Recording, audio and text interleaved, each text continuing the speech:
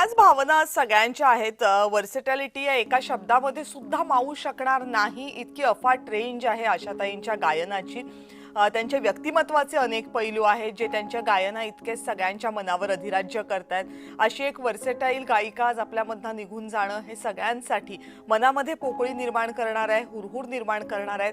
पण ज्या क्षेत्रामध्ये आशाताईंनी त्यांचं सगळ्यात मोठं योगदान दिलं ते क्षेत्र असं आहे की ते क्षेत्र सुरांनी भरलेलं आहे आणि ते सूर मात्र कायम आपल्यासोबत राहणार आहेत. आज शरीराने जरी आशाताई आपल्यासोबत नसल्या तरी मनाने मात्र त्यांच्या सुरांच्या रूपाने मात्र त्या कायम आपल्या सगळ्यांच्या मनावर तसंच अधिराज्य करत राहणार आहेत.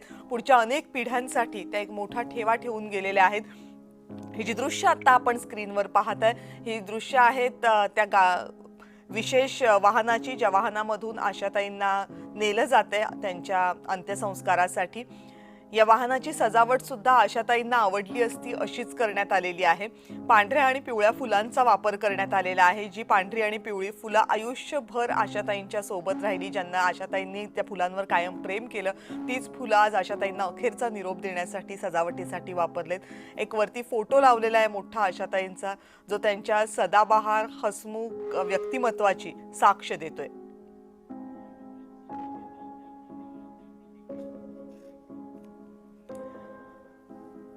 आशाताईंना अखेरचा निरोप देताना संगीत क्षेत्रातल्या अनेक मान्यवरांनी त्यांच्या सोबतच्या आपल्या अनेक आठवणींना उजाळा दिलाय.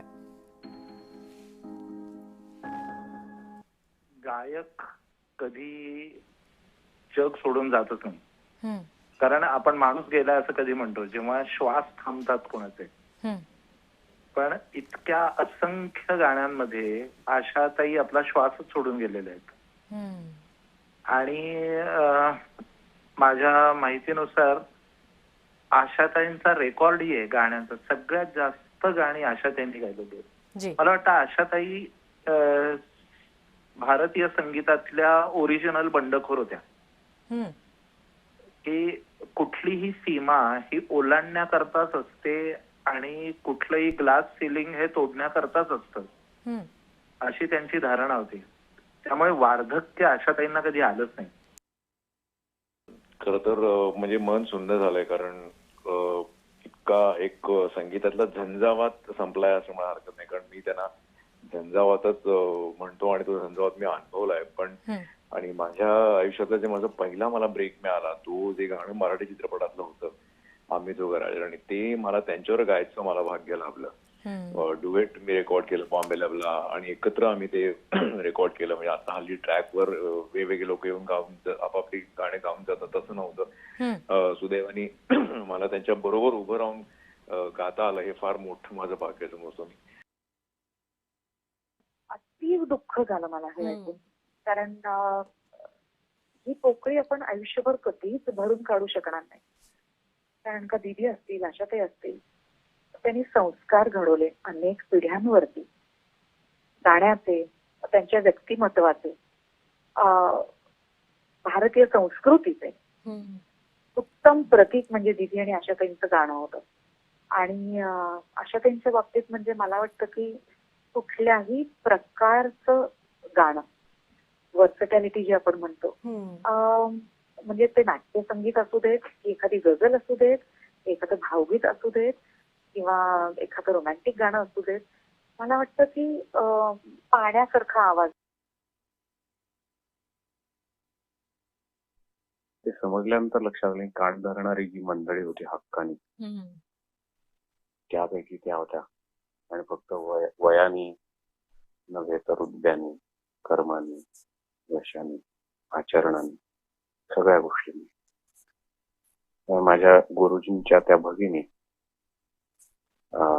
त्यामुळे 90च्या दशकामध्ये मी जेव्हा शिकत होतो तेव्हा त्या राखी बांधायला यायच्या अभिषेकी बांधा. तेव्हा पहिल्यांदा माझी त्यांची समोरासमोर भेट झाली. ज्या व्यक्तींचं गाणं आपण सदैव ऐकत असतो, विचार ऐकत असतो, त्यांच्याबद्दल अशी बातमी कळाल्यानंतर एक कोणतरी घरचंच गेलंय आपल्या. खरंच मला असं वाटतं की सांगणार नसताना आकाश कसं दिसेल तसं संगीत विश्व आता होईल किंवा असं झालंय असं वाटतं. कारण आशाताईंचा स्वर खरंच चांदण्यासारखा होता आणि आपण सगळ्यांनी, सगळ्या पिढ्यांनी अगदी नाचरे मोरापासून ते आत्तापर्यंतच्या गाण्यांपर्यंत सगळ्या भावना त्यांच्याबरोबर आपण जगलो. आपण नाचलो पण, आपण हळवे पण झालो, आपण सगळे संगीत शिकलो त्यांच्याकडनं. असं असताना त्या व्यक्तीचं अस्तित्व, त्यांचं असणं हे आपल्यासाठी इतकं महत्वाचं होतं, तो आशीर्वादाचा हात, की सुन्न हा एकच शब्द आहे आता. आणि मला खात्री आहे सगळं संगीत विश्वदत्त सुन्न झालं असतं. फारच दुःख झालं ऐकून. शॉकिंग न्यूज होती. म्हणजे आशाताईंचं माझ्या आयुष्यात, माझ्या करिअरमध्ये एक विशेष स्थान आहे. कारण माझ्या आयुष्याची करिअरची सुरुवात मी जेव्हा लहानपणी चित्रपटात सुरुवात केली तेव्हा माझा लहानपणीचा चित्रपट संत निवृत्ती ज्ञानदेव या चित्रपटामध्ये त्यांनी मला माझ्या आयुष्यातला पहिला प्लेबॅक दिला होता. ज्ञानेश्वराच्या तोंडी ते गाणं होतं, तो हा माधव बरवा, तो हा विठ्ठल बरवा. काय गाणं गायलं होतं त्यांनी, काय मधुर आवाजात त्यांनी मला प्लेबॅक दिला होता. आणि ते त्या गाण्यामुळे थिएटरमध्ये लोक असे स्तब्ध होऊन ऐकत होते ते गाणं. इतकं सुंदर त्या गायल्या होत्या.